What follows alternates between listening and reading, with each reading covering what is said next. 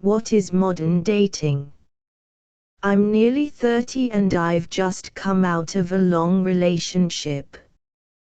Tonight we went on a work stew and it hit me how shit the modern dating scene is. Been flirting with a girl at work for a while, post-breakup, and she spent the whole night tonight with another lad. No worries, I'm happy to do my own thing. Fast forward to the end of the night and she's got another guy picking her up. Fair dos, I guess she likes the attention. Then some other older women at work who all have boyfriends were hitting on me pretty hard to the point I was thinking if I was their boyfriend I'd be pretty pissed off tbh. And then I spotted a good mate of mine all over one of the waitresses. He too has a girlfriend and they've been together years. Fast forward to later in the night, I'm dancing with some random girl on the dance floor and her two mates came up filming or Snapchatting or whatever and were literally shoving their cameras in my face. I felt so uncomfortable I just walked off. I've been in serious relationships for pretty much 10 years and I don't understand what's happening anymore. Loyalty no longer seems to be a thing and everything goes on social media. I'm 33 and been out of a relationship for a year. It's weird, exhausting, confusing, and bullshit. It really is. I went on a date on the weekend. The guy sat there saying how amazing his ex was because she is bi and they'd have threesomes all the time. He went on a Bucks show recently, where the Buck slept with someone else, and so did their other friend, who has a wife and 3 kids at home. And that's a normal weekend for them. I didn't know what to say other than my past relationships and my friends' relationships are so boring compared to his stories. What human would ever think this is appropriate conversation? At least you got that out of the way quickly, I suppose. This is the kind of competition I have, and I still can't get a single match. I need some serious help with my profile or something. I was trying to keep an open mind, but it sounded like he was looking for that again. He also lets his girlfriends kiss other guys because if they stay with him, it means they tried someone else but still want him. I was kinda like, or they could show they want to be with you by not wanting to kiss someone else in the first place. I mean, obviously he has a way he does relationships, and that's fine, it's just certainly not my way. I can kind of understand that logic, but that definitely sounds like some kind of coping mechanism to me. I still can't figure out why someone would talk about that on a first date. How did that even come up in conversation? I would argue the best time to bring that up if that is your thing is the first date. Do not waste each other's time. People have all different lifestyles and expectations, and if yours are vastly different, find it out immediately instead of X months in. Honestly, I can't remember how the threesome talk was first. I think you're right. He said how his ex slept with someone else and how he was upset. So I think he was more giving them permission to do a little, so they didn't do a lot. I don't know. Talking about exes on a first date is such a huge red flag for me, and it's lazy as fuck. Come on, ask the person about their interests. Talk about your own. Learn about what they do and their future goals. Small form. I like to find out what type of fun trips they've been on, or if they are into things that get their heart racing, as I'm a thrill seeker. Noting. If your ex was amazing, and you're not together anymore, were you the not amazing part of the equation? And even if it was amicable, now you're telling me that's the person I will be measured against.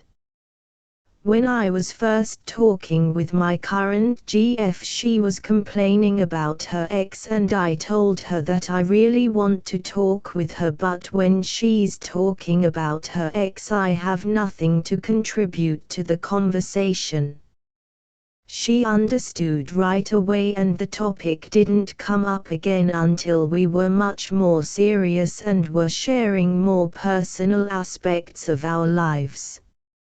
Exactly. So amazing that you're not together anymore. Great selling point for yourself. Sounds like they aren't not together because of his choice.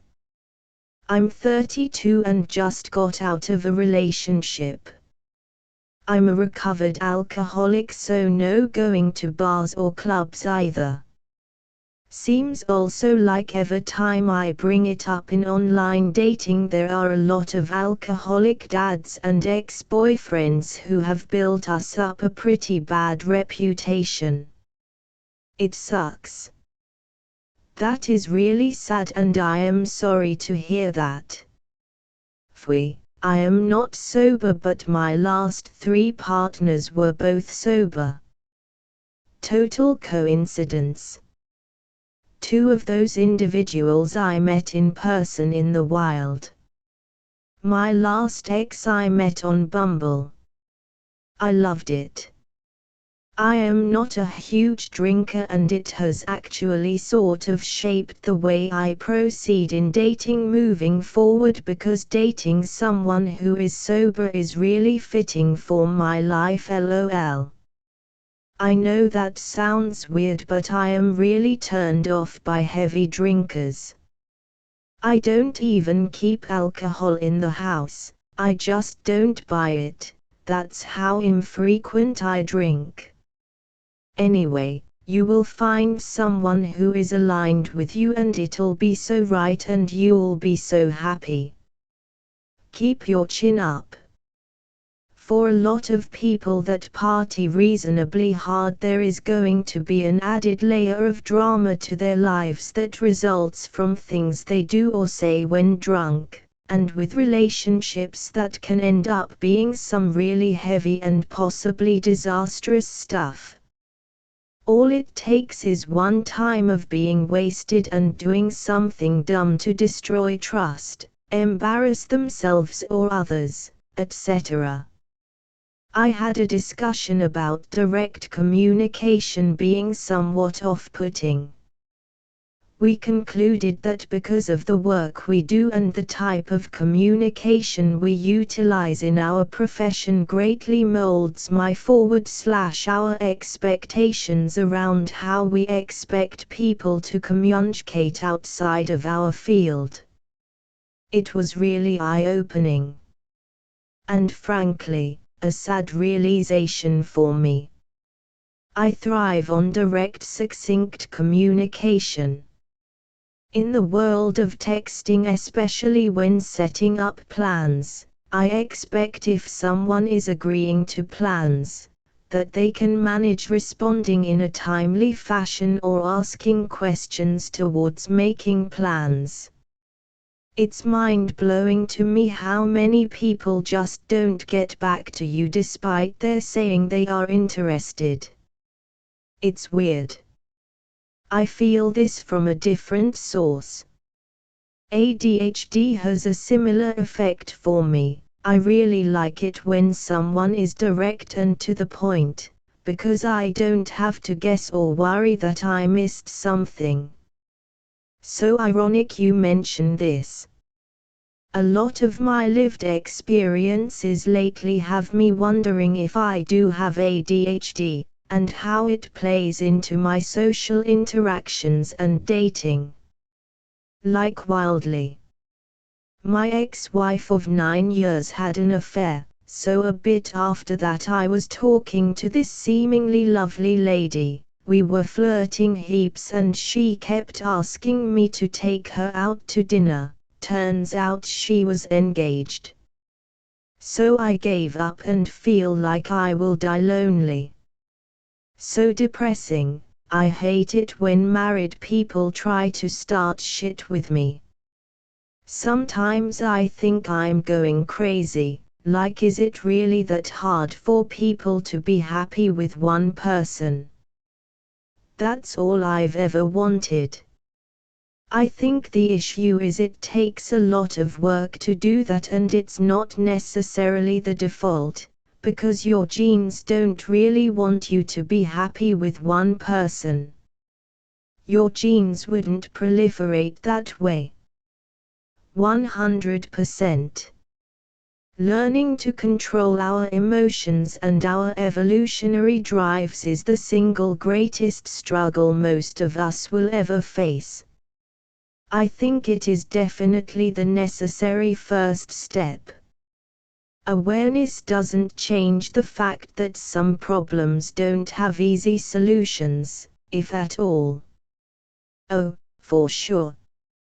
Within the context of problems that are larger than the individual, or problems that require concentrated effort to fix, awareness is just the first step, though it's definitely the most important one. Can't fix what you aren't aware of. For personal growth and understanding of / toward others, awareness is 90% of the progress. I wonder if they section it by app, like, one person from Bumble, one person from Tinder, like the invisible boxes of social media are the entire context of the relationship to that person's mind. They aren't even real people, so, someone you met via app and isn't real to you. Other mind is more real for virtual than actual. I'm 24 and I absolutely fucking hate the date scene right now. And it genuinely feels like you can't meet anyone unless it's clubbing, annoying, or online, unsatisfying and annoying, because everything has been shut down for like 2 years. That plus my age group growing up online just means no one has social skills anymore, including me. I'm sick of it. You're right, I know that's an option and I don't mean to complain with no solutions, but it's just not the same. There is a difference between meeting people organically over a mutual shared environment / interest leading to a connection versus just swiping on a profile and meeting up with the intention of dating. Just feels extremely weird and stressful to me. I don't enjoy it at all. Exactly that. Building a relationship begins before you date. Modern dating is all about the nicest picture and virtual first impressions.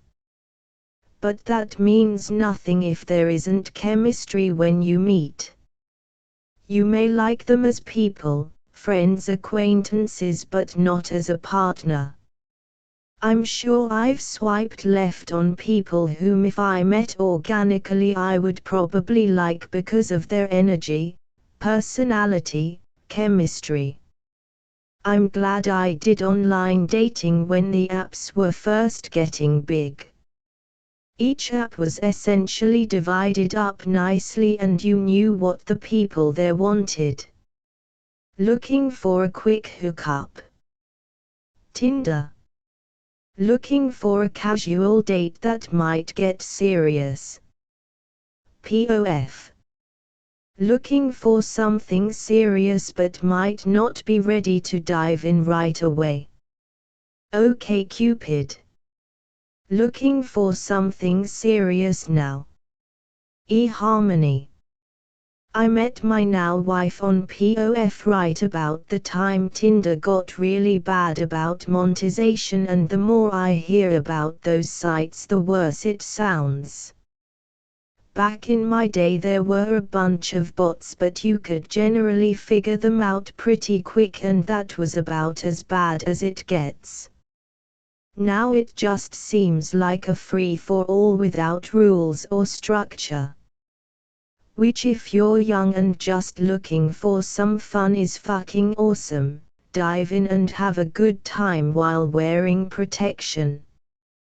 But for those who are looking for something more serious, holy shit, you're probably gonna have a terrible time and would probably be better off going old school and trying to meet someone in person while grocery shopping or at the park or some shit.